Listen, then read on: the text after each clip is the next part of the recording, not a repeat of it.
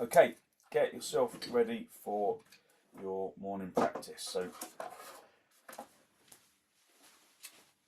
sit yourself onto your lift and then just come into a good cross-legged position.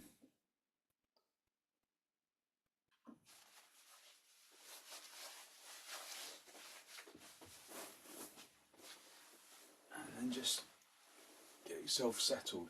Get yourself level at the seat bones and just feel that you are sitting level and even. Sorry, I forgot to do my microphone. We were chatting too much there, weren't we? And then I forgot to do that. Thank you, Ruth. So hold on to your knees. I presume you can hear me better now. Yeah, okay. Hold on to your knees, lift up into the chest. Elevating your heart area upwards, drawing your shoulders down away from your ears. Just look down at the floor, look at something that isn't moving.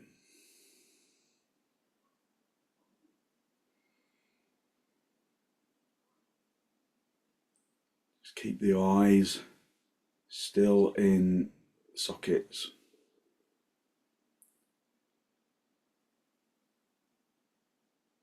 So really consciously looking at something that doesn't move.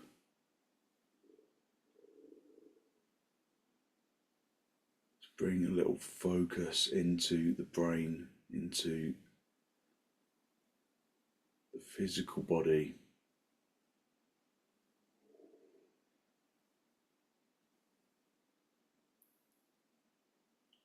And begin to observe the sensation of the breath as it enters the physical body, filling your lungs from the bottom to the top and emptying your lungs from the top to the bottom, observing how the body accommodates the breath.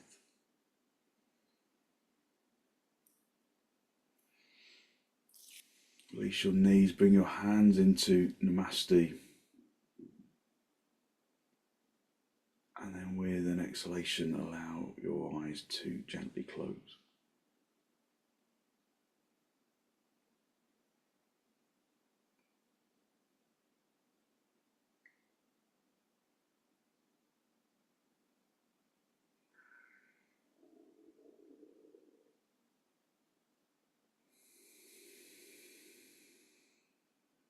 Focus on long, slow, deep, deliberate inhalations and exhalations.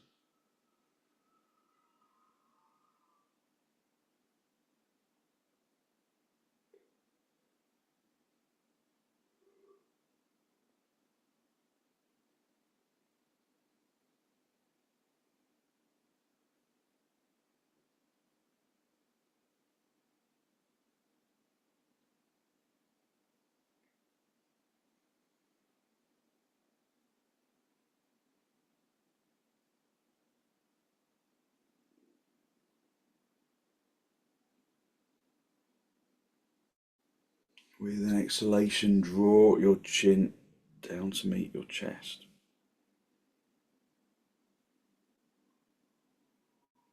Just spend a moment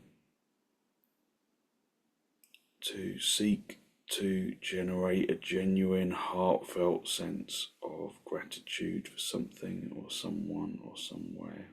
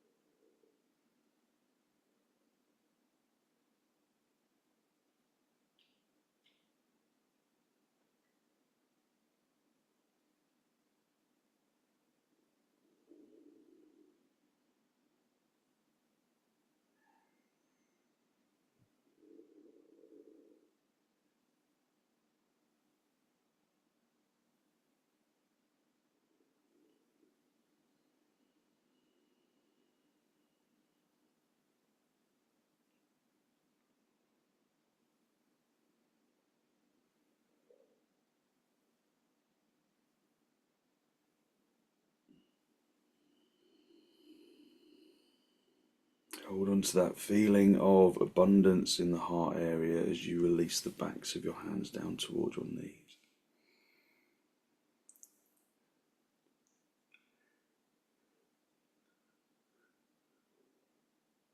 And bring the tips of the thumb in contact with the tip of the index finger.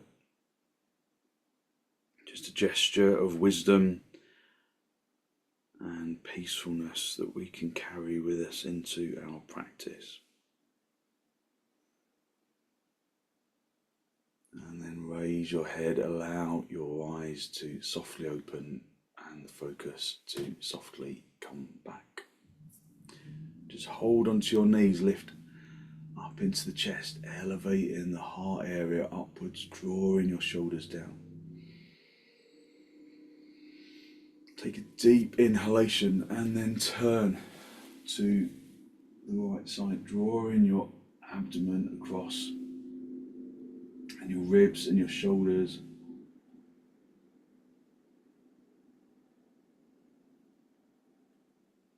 Using the out breath to intensify the turn a little.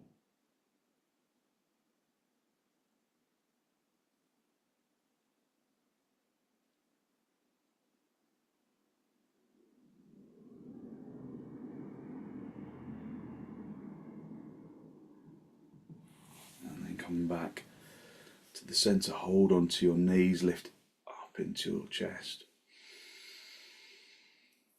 And then turn to the left. Drawing the abdomen across the ribs and the shoulders. Maintaining your focus on the sensation of the body as you turn a little more deeply, focusing on the sensations of the breath.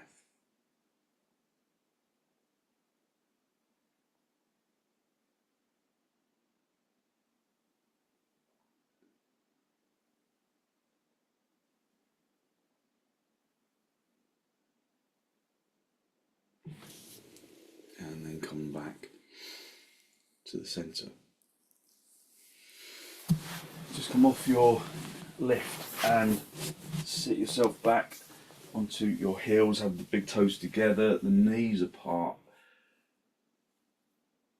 and then keeping the seat bones in contact with the heels if you possibly can. Come forwards, lengthening into the palms, spreading the fingers, spreading the palms. Keeping the chest extending away from the hips, and then bring the forehead down. Use a block underneath your head if bringing the head down makes you lose contact with the seat bones and the heels.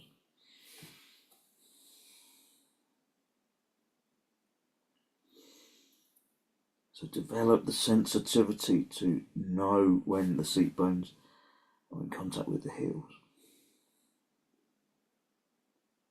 Even if it's just lightly touching. Stretch out the arms. And the more you stretch out the arms, the more you can hit back into the heels. Listen to the breath.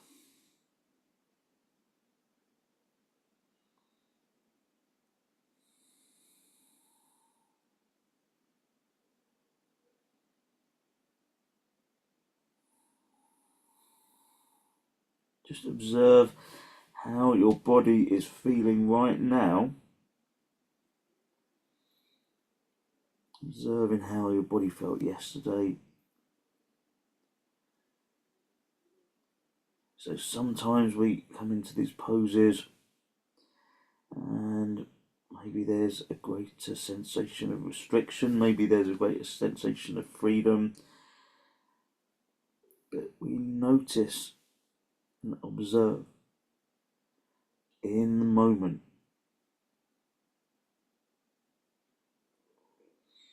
So every moment of our time is valuable, is sacred.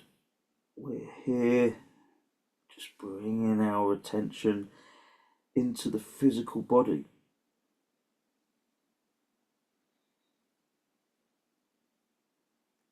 Just release your arms, rest your arms at the sides of the body, staying in the child's pose. If it becomes heavy on your head, just lengthen from the shoulders into the fingertips. Just observe that feeling of letting the shoulders go.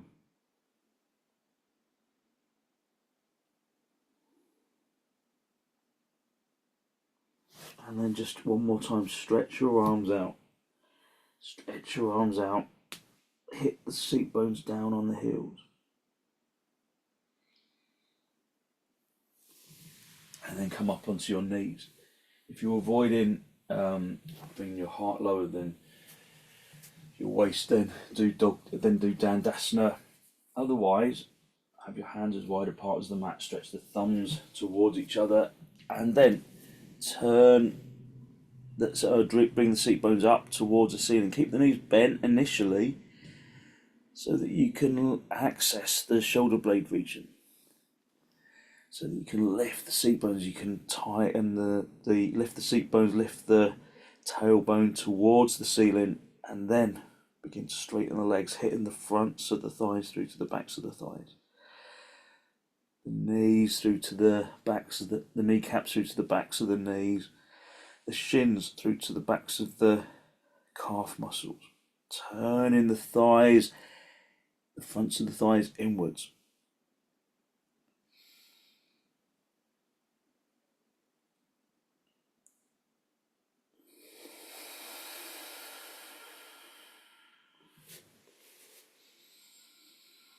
Pressing the palms into the floor. Consciously squeezing out the air from underneath the palms of the hands. Just listening to the breath.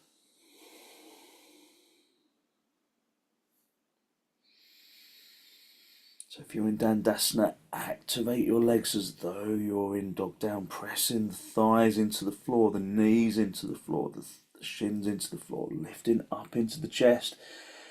And if you can, raise your arms up, keeping the arms straight.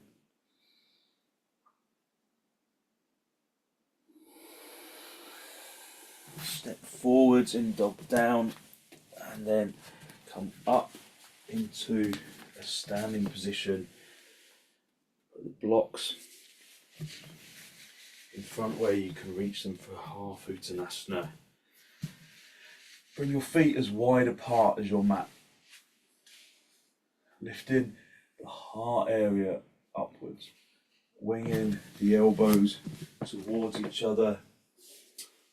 That's what I thought. I didn't have my glasses there. Can't find them. Winging the elbows towards each other behind you. Lift up into the chest, elevating your heart area upwards. And then hinge at the hips. Come forwards. And then reach down, find the blocks. Bring the blocks underneath your shoulders.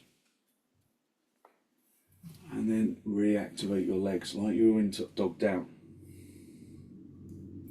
Tightening the kneecaps. Without straight legs, there's no extension in the spine. Just bend your knees for a moment, and then try and extend into the spine. You lose that access into the spine. So straighten the legs, lift the seat bones, project the abdomen to the diaphragm, to the collarbone, to the chin. Just observe how the pose feels for you this morning. If you can go down lower, then do. If you've got a bad back, it's probably better to stay higher. But just feel that for yourself. If you feel that your back will cope, projecting the chin and the chest forwards. If you can reach down to the floor, then do. feeling that you're hitting your legs back, you're projecting your chin and your chest forwards. Just breathing in through the nose and out through the nose, listening to the breath.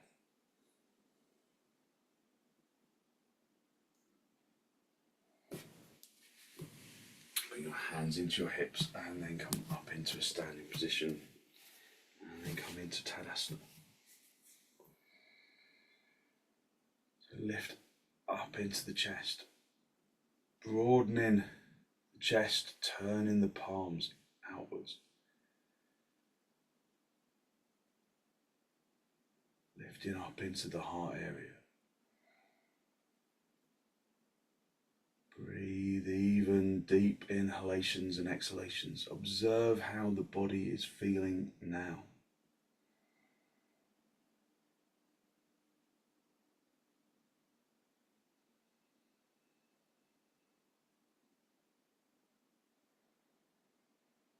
Bring your arms out nice and wide, in towards the chest, and then step or jump your feet apart. Nice and wide with the legs. Turn the left toes in, the right leg and foot all the way out. Bring the chest back to face the front.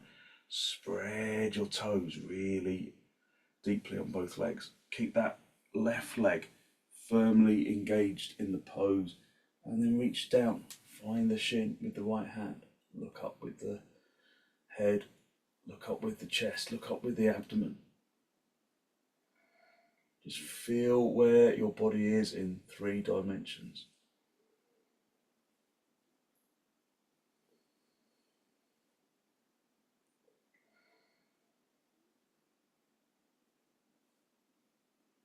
Turning the thigh, especially that right leg, turning the thigh from the big toe side to the little toe side. That helps you to squeeze the front leg buttock bone forwards. Helps you to turn the chest, lift the chest. Reach up with the top hand, come back to the center, swap your feet around, turn your right toes in, and your left leg and foot all the way out. And then keeping that left leg firmly engaged in the pose. That right leg firmly engaged in the pose, come over to the left side. Look up, turn the abdomen and the chest up to the ceiling.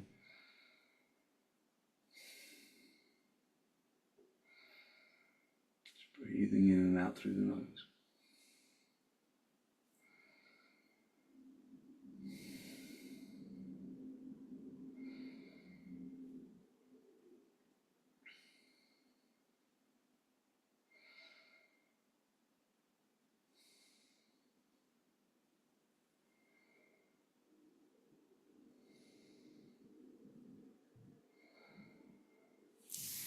Back to the center, bring the feet parallel, and then step or jump your feet back together, come up into Tadasana.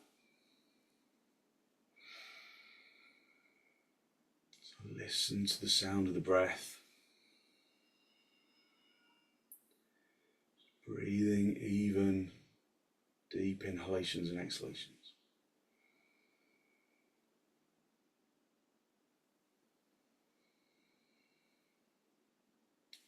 Bringing your attention into the physical body, observing how the body is feeling right now. Bring your arms out nice and wide in towards your chest, and then step or jump the feet apart. Turn your left toes in, your right leg and foot all the way out. Again, bring the chest to face the front. Keep that back leg straight as you bend. Find a right angle with that front leg. Keeping that straight leg really firm. Pushing that back leg firmly into the floor so that you can still elevate up into the spine.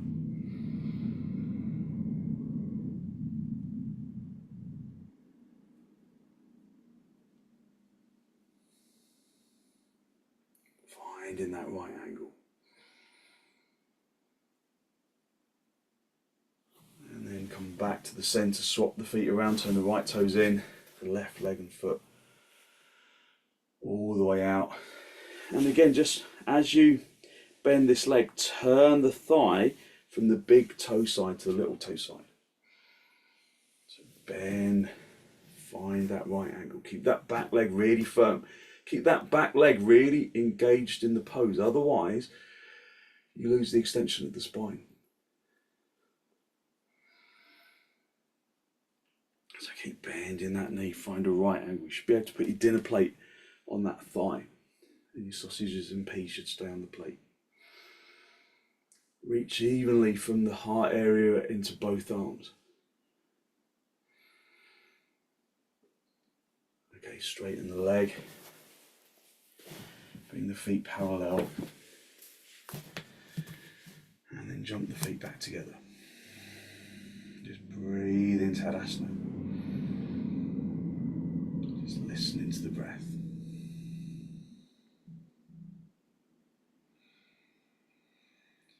So without the legs in activation, it's very difficult to activate the spine.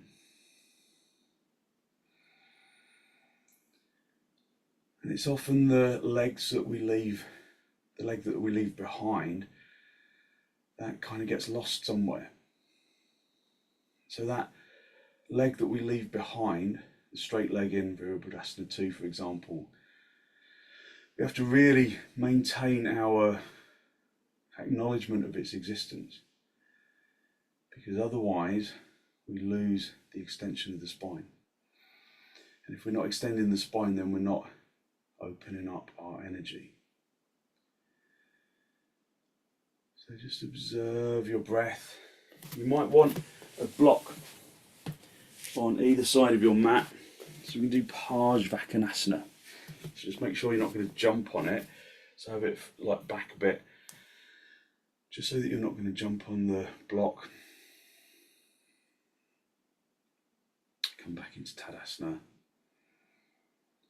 So remember that back leg, it's the easiest thing to forget. Keep your attention in that back leg. Keep that back leg straight. Bring your arms out nice and wide in towards the chest, and then step or jump the feet apart. Turn the left toes in, the right leg and foot all the way out. So it's this back leg, the straight leg, we really need to maintain, because when we come this way, all of our attention also tends to go that way. So keep your attention in that left foot. Spread the toes from the big toe, stamping the neck of the big toe into the floor, stretching out into the little toe side. Bring the outside edge of that foot firmly down. Turn the thigh. Bring the chest face to front, stretch your arms out, and then bend and descend, find that right angle. But what's happened with this back leg? Have you lost it? Or can you hook and push from that hip down into the heel? Reach down onto the little toe side of the foot, turn in the chest. If you can't reach, or you can't turn the chest, then use a block underneath your hand. Rotate the abdomen from the floor to the ceiling, and then reach up and over a straight line between that back leg and the lifted arm. I kind of run out of ceiling height a little, so it makes my pose go slightly out of shape. But keep that back leg really firm. Look underneath the armpit and breathe.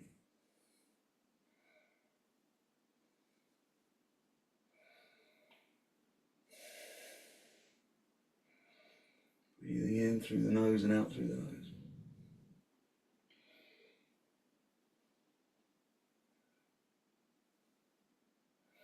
And then straighten that front leg, come back to the centre, swap the feet around, just rest your hands for a second. Turn the right toes in, the left leg and foot all the way out. So it's the back leg, maintaining that back leg so that you can lengthen into the spine. Because it's difficult to extend your spine away from a bent knee. It's easier to extend it away from a straight leg. So keep that right leg straight, tightened at the kneecap, bend, front leg, and then reach down, find the fingers onto the top, onto the floor, or again use your block. Turn the abdomen from the floor to the ceiling, keeping that back leg straight. Reach up and over. Look underneath the armpit. Keep that back leg really firm, really engaged in the pose.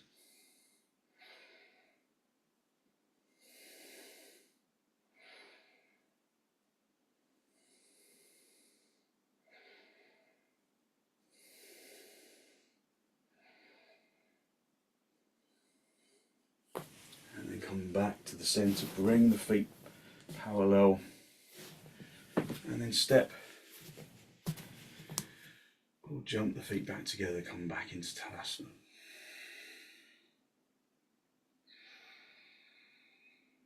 So just let your breath settle. Just focusing on long, slow, deep, deliberate inhalations and exhalations.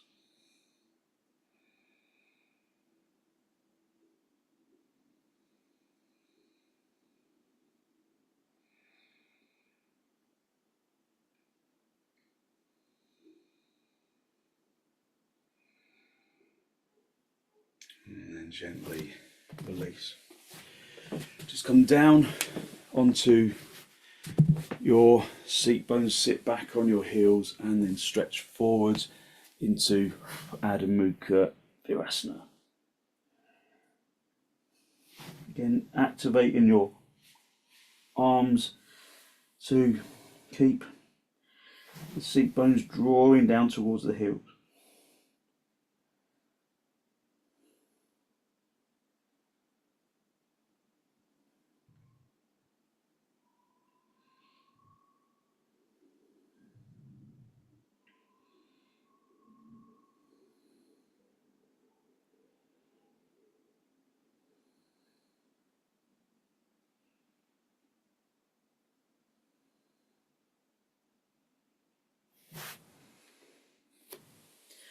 And then bring your hands underneath your shoulders, and then push yourself up into a seated position, just observing your energy, observing how your body feels a little different.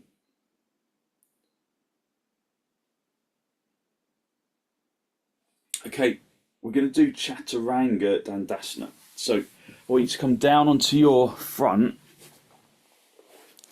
and just be on your elbows for a moment.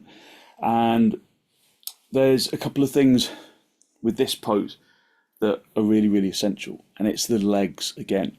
So bring your hands underneath your shoulders, so fingertips underneath your shoulders, like you're going to go up into dog down. And then you're going to turn your toes under and walk your toes toward your head a little. And then activate the kneecaps. Lift the kneecaps away from the floor, so you're kind of on the tiptoes effectively. Lift the kneecaps, lift the thighs, turn the thighs, the fronts of the thighs inwards like you're doing dog down. And then you're going to push your hands into the floor and then see, can you lift?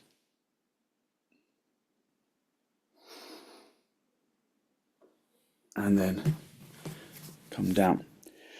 So this pose is often one of those ones that is a bit of a challenge, isn't it? So there's lots of different ways of doing it. One of the things that I notice when I'm in the class with people, it's easier to see what everyone's doing, is that the beginning part, a lot of people lose the ability to lift right from the very beginning, because what they tend to do is this. And then if your head is down, your chest will be dropping, and then it's really, really hard to lift from there. So the first thing to do is just be up on your elbows, and then get hold of the abdomen and draw the abdomen forwards. So it's this action of drawing the abdomen forwards towards the diaphragm up towards the collarbone, and keeping the head lifted. That is the key to the first stage.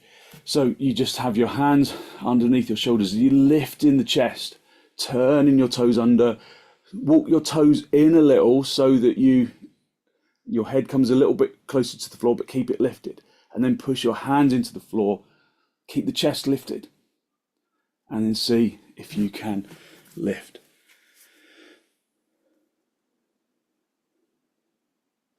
Okay, and then gently come down. So what we got there was more like bhujangasana. So you were lifting the chest too much. So you've got to try and keep the back straight. You've got to keep the tailbone turning in. One of the best cheats that I know for this pose is to use a block for your head. And it kind of contradicts slightly with what I've just said about keeping the chest lifted, keeping the head lifted. But it is one of the easiest ways of lifting. And it's to get a block and then to place your forehead onto the block and then push the head into the block as you lift. And then you get a much better lift. So just try that. Put the block underneath your forehead. Bring your fingertips underneath your shoulders, walk your toes in, but feel like you're still lifting your chest. Push your forehead into the floor and then lift the kind of middle of the body off the floor. But keep the head on the block, push your forehead into the block and then lift the tailbone away from the floor a little.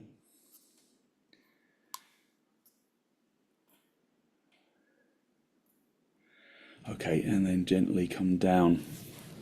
And then just sit back onto your heels and then stretch forwards into Adho Mukha Virasana.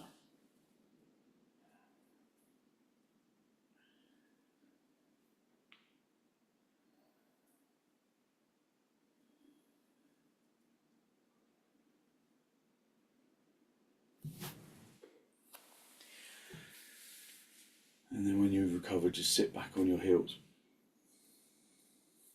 So chaturanga is one of those poses that kind of goes wrong a lot, and it's because sometimes it's because you don't feel like your arms are strong enough, and in that case, you can have some extra blocks underneath the sides of your shoulders like this, and then just have the heel of your hands into the blocks.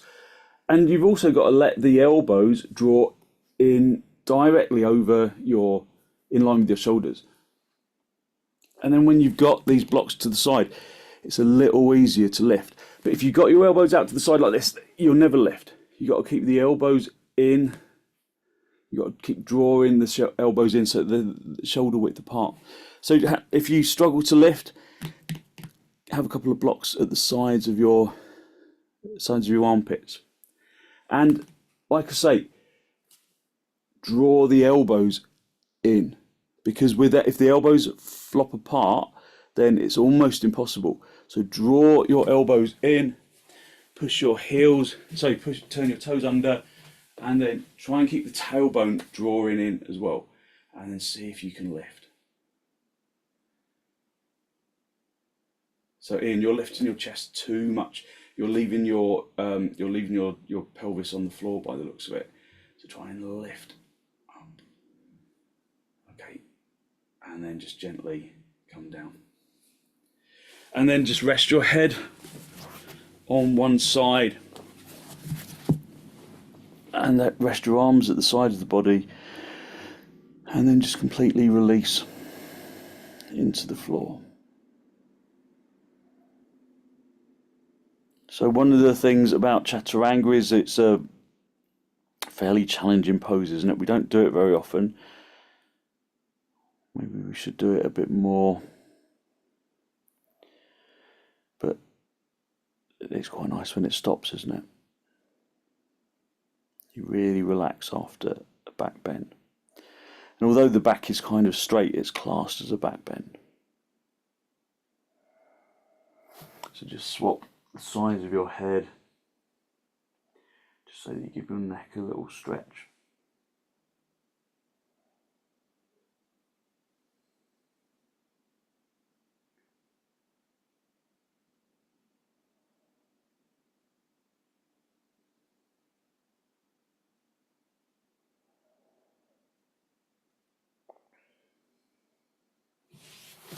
Okay, and then come back up onto your elbows.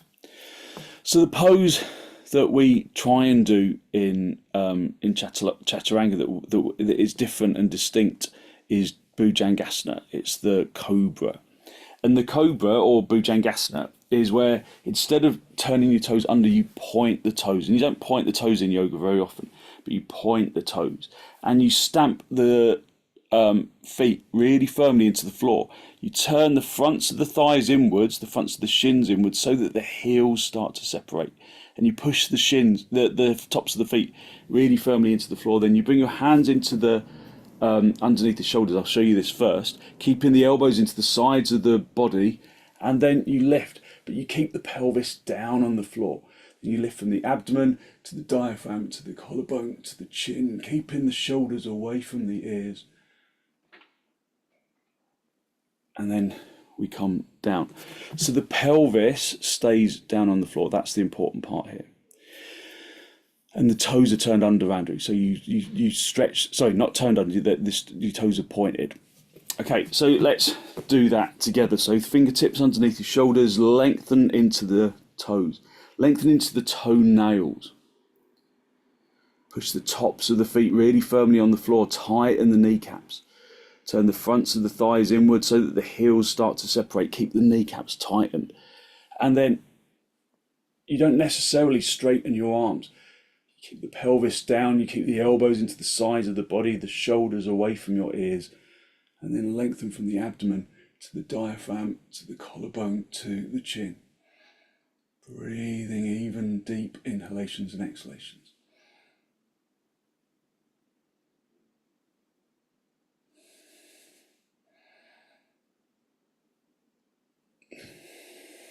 And then come down, and then just rest your head on one side, and again flop into the floor. So you get a really good stretch of the abdominal muscles, don't you? So it helps to keep the abdomen trim. It also helps to keep the spine flexible. So if you ever slip a disc, a physio is likely to give you this pose to do to help realign the spine. Maybe swap your head over, just resting on the other side. So back bends are quite demanding of energy, but then you relax really well afterwards, don't you? So swings and roundabouts.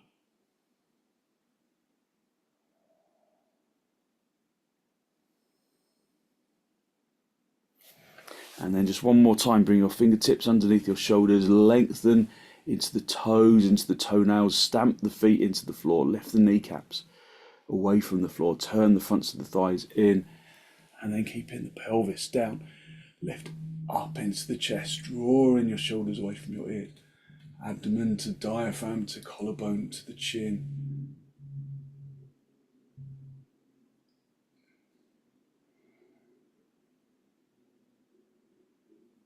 And then gently come down, just rest into the floor for a moment.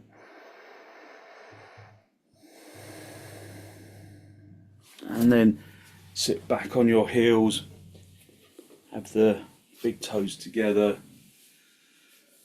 knees apart, and then just stretch forwards into Adho Mukha Virasana. Just the alternative stretch for your back.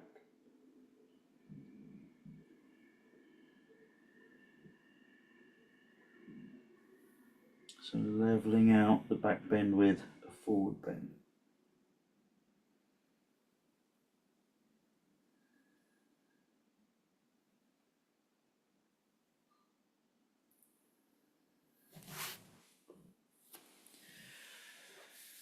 And then push yourself back up onto your seat bones, just sitting back on your heels for a moment.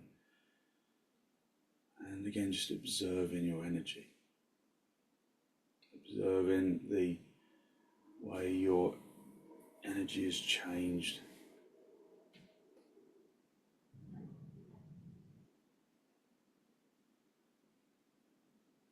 And then come onto all fours. We go into rajakapotasana. So bring your right knee to make contact with the right wrist, leaving the right foot underneath the left thigh, and then stretch that left thigh as far away as you can. Come up onto the fingertips. Activate that back leg like you did in bhujangasana, tadasanaizing it so that the hips come level. And then lift from the abdomen to the diaphragm, to the collarbone, to the chin. Lengthening the spine up to the ceiling.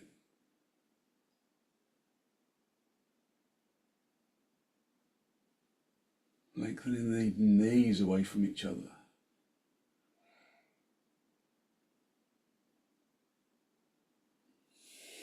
And then release, just bring the palms flat onto the floor.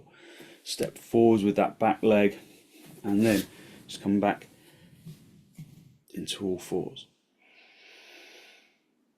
And then bring your left knee to make contact with the left wrist, bringing the left foot underneath the right thigh, and then stretching that right leg away. Coming up onto the fingertips, tadasanaizing that back leg, and then lengthening up into the heart area, up into the collarbone, into the chin.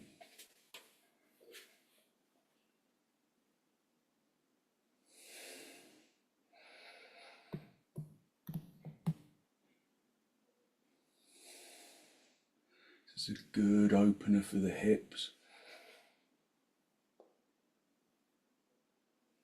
Keep breathing even and deep inhalations, and then bring the palms down, turn your toes in of that back foot, walk in with the back leg, and then again stretch forward into Adho Mukha Virasana.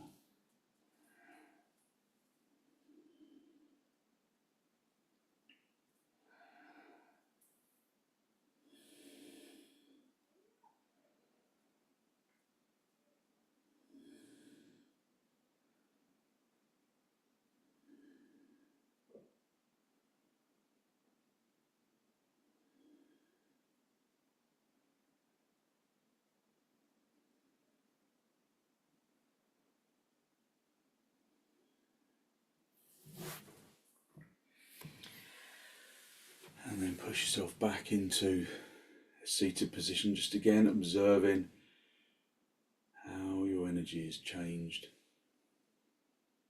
Just observing the lightness of your energy. And then just come into cross legs. So the thing with back bends is that they require quite a lot of energy, don't they? But they do have the effect of returning lots of energy back into the body for the rest of the day. So it pays off just being cross legs or half padmasana, whichever is most doable for you. Sit on a lift if you need to. So if you sink in the spine like this and you find it really difficult to lift, then sit on a lift. Because we're going to turn the spine, and we need extension before we turn, otherwise it feels unpleasant. Just lift up into the chest and then turn to the right side, drawing your abdomen across and your ribs and your shoulders. Just observing the balance of your seat bones. Maybe as you turn, you roll over onto the right seat bone, so you adjust the position of the torso so that it's directly between the two hips, so that the two hips feel even.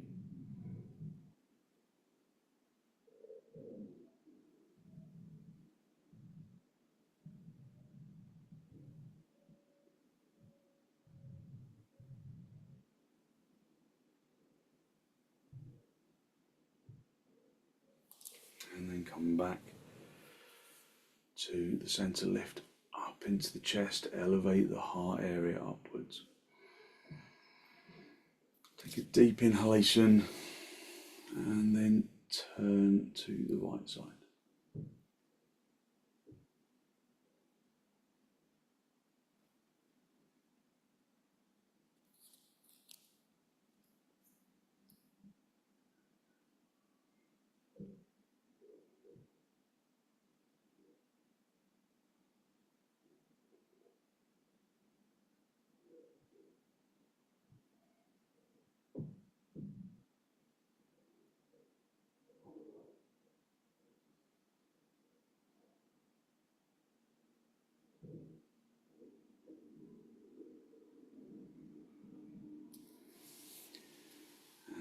back to the centre.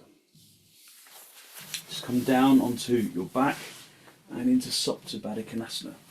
So soles of the feet together, knees apart, and then just lengthen yourself along the floor, letting your back rest into the floor. If there's stiffness in your hips, you can put some blocks underneath your thighs. But I squeeze the heels together. So sometimes that, if you've got stiff hips and you squeeze your heels together, then it relieves the tension on the hips, creates compactness in the hips. But you can just put blocks under there if that doesn't work. But everyone squeeze the heels together. Draw the tailbone away from the spine, turning the tailbone inwards a little. Broaden the abdomen so that the abdominal walls come down onto the floor.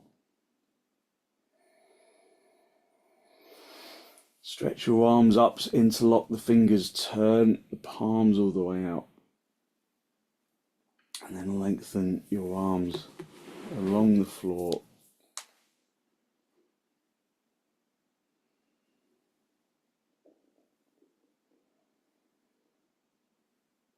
Just breathing even, deep inhalations and exhalations.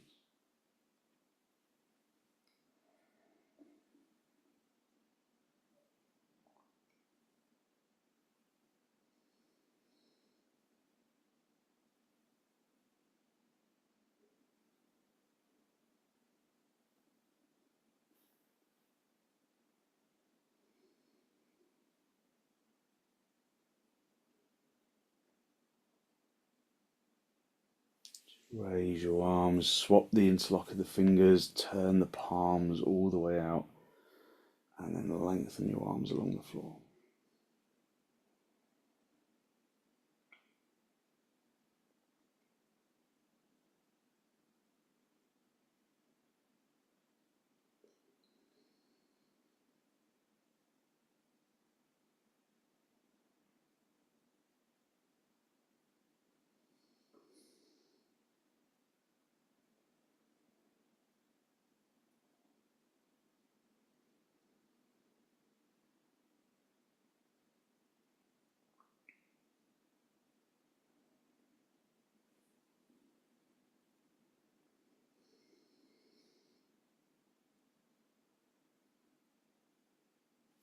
And then release your arms.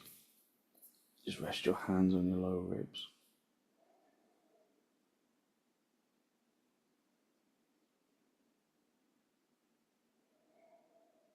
And then draw your knees in towards each other. Pull the knees in towards each other, have the feet apart. And then draw your knees in towards your chest for a moment. Just have a little rock from side to side, from top to bottom. Get a blanket from underneath your head and your neck. Stretch your legs out, just come up onto your elbows. Make sure you're in a really good straight line right down the centre of your mat.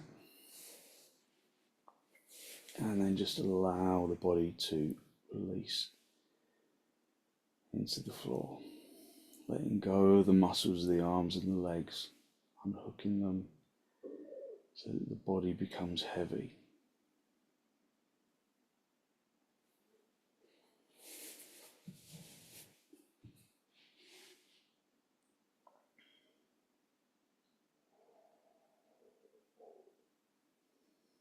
And out of that heaviness, observe the lightness that radiates out from the bones and into the muscles.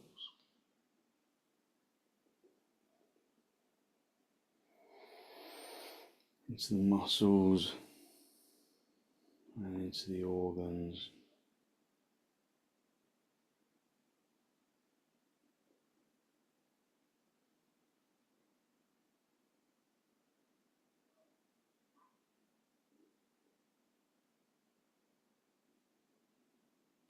And into the flesh and the skin.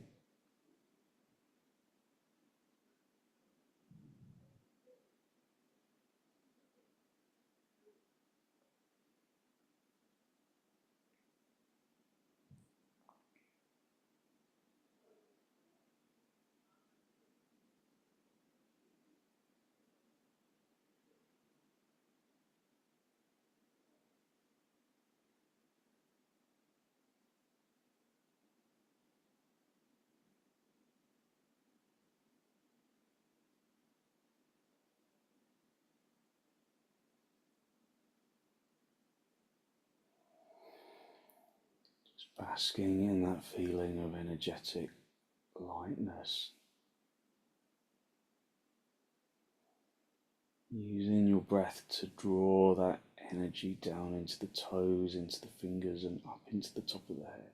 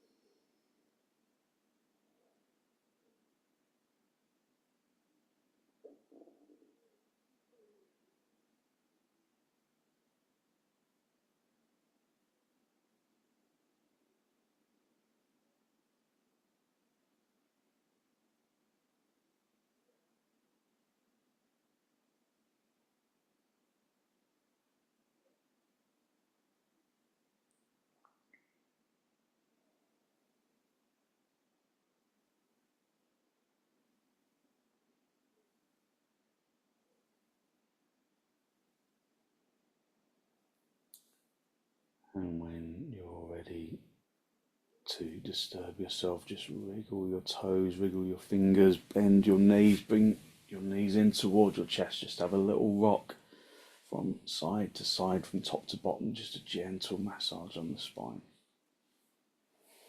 And then roll over onto your right side, just stay down for a breath or two.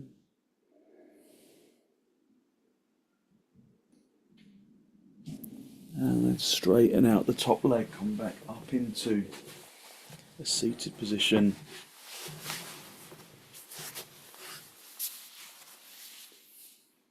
Just a final spinal lift with the hands in the masti. Draw your breath in through your nose and down into the abdomen.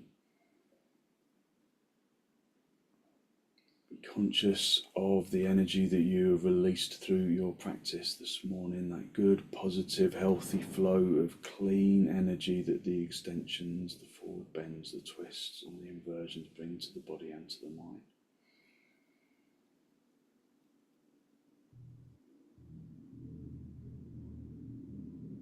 And then draw your chin down to meet your chest. Just spend a moment to seek to acknowledge the positive energy you have created inside. And then send some of that positive energy out into the world.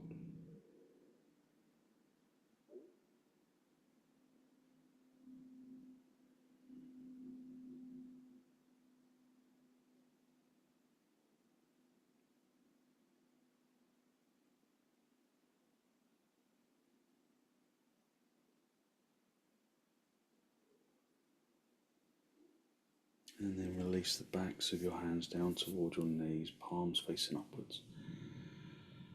And as you raise your head, allow your eyes to softly open and the focus to softly come back.